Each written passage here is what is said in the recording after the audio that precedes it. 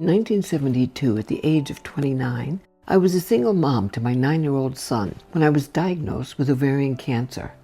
Shortly after the operation at New York University Hospital, I began to experience tremendous abdominal pain. I was dying. Strangely, I was not afraid. In fact, I felt peaceful and anticipated entering a better place. However, I could hear the doctor's voice, feel electric shocks on my chest, and the breathing tube inside my throat. I was floating in the air and saw my body in the bed below. I saw my deceased father, my uncle, and my childhood friend Cindy, who had died during high school. A Christ-like figure told me, "Go back, Gail, it's not your time." Over the next few hours, as my spirit traveled between life and death, my sisters and a cousin came. They watched my lifeless body and began to prepare for my passing. A rabbi was invited to pray for me. I woke up after 10 days in a coma. Little did I know this experience marked the beginning of a long and transformative journey in my life. My name is Gail Racklin. I was born in Brooklyn, New York, into a Jewish family. Right after the Bolshevik Revolution, my father escaped the Soviet Union with his 7 sisters on a boat. He met my mother in New York. My 2 sisters and I were raised religiously, but I always had a deeper belief in spirituality.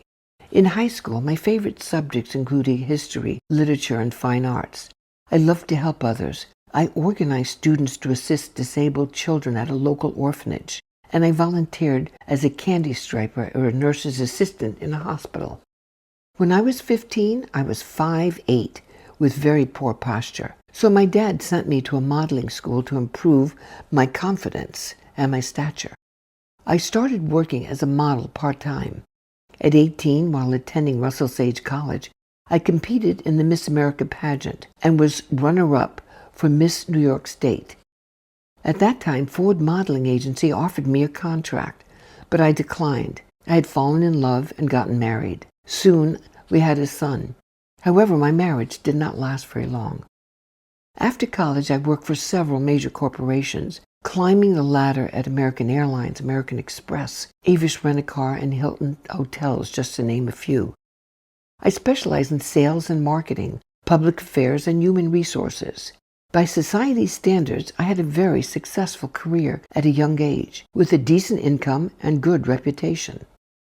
While working at Lowe's Hotels, I developed a close platonic relationship with Preston Robert Tisch, CEO and owner of the hotel chain.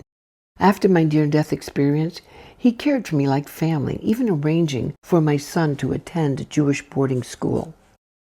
My brush with death left me grasping with profound questions and a deep drive to seek answers.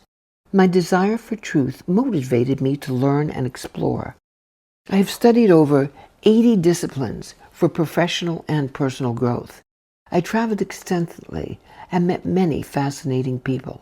These include participating in Earhart seminar training, seminars by Shirley MacLaine, Deepak Chopra, Stan Groff, Jack Canfield, Bob Fritz, Tony Robbins, Ken Blanchard, and others. I went to India 6 times to meet a spiritual master, Guruji, and became his disciple. In 1993, I joined and volunteered for the legendary New York Guardian Angels. The year before, its founder, Curtis Sliwa, had narrowly escaped a mafia hit orchestrated by the notorious Gotti family. He was shot several times in the abdomen. As a survivor myself, I deeply sympathized with Curtis and admired his courage. I felt compelled to help him recover and continue his important work. As the director of the Guardian Angels, I worked closely with him to expand the Guardian Angels into several countries and other programs. We even had the opportunity to meet with Mayor Rudy Giuliani to thank him for his support. In 1997, I left the Guardian Angels to start my own public relations business. One day in the fall of 1997, I was at the Health Expo at the Javits Center. On my way to lunch, I saw a young Chinese man standing next to a table passing out flyers. "What do you sell?" I asked. "Nothing, this is free," the young man replied, handing me a flyer. I said, "Nothing's free here." He was a graduate student in physics and was there to tell people about Falun Gong.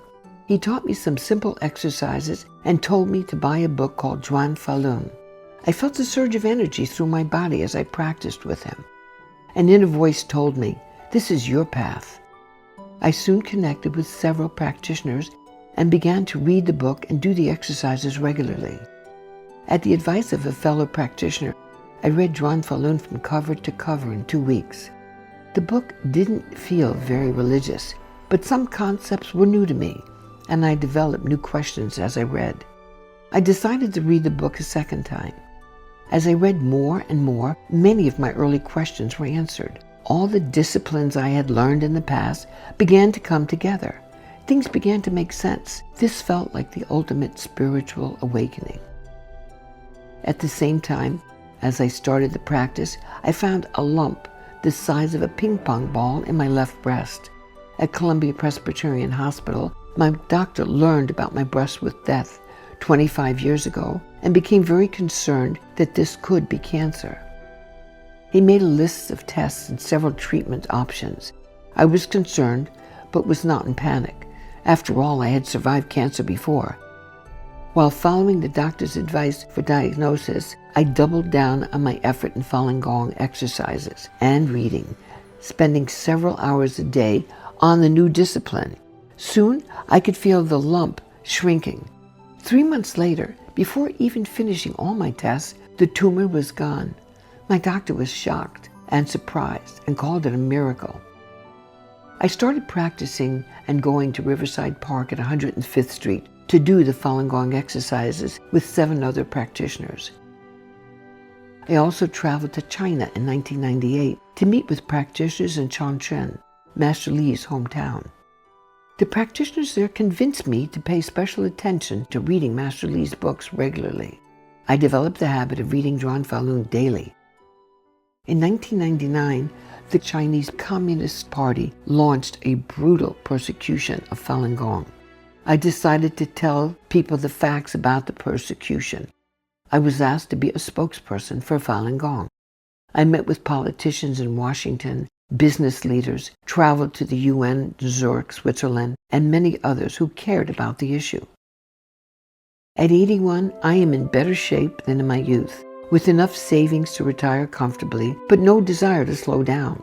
I stay active in real estate, ranking among Keller Williams' top 10 for 8 years in New York area, and completing up to 78 transactions in 1 year. I also serve on the board of a religious elementary school and a private college. My daily routine includes waking up at 6 a.m., practicing Falun Gong for 2 hours, working from 8:30 a.m. to 7 p.m., and reading Falun Gong books before bed at 10 p.m.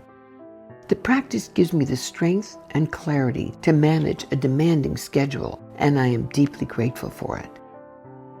I often hear this expression, people don't change, but I believe people want to change.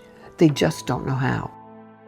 Through my journey, I've learned about life, others, and most importantly, myself.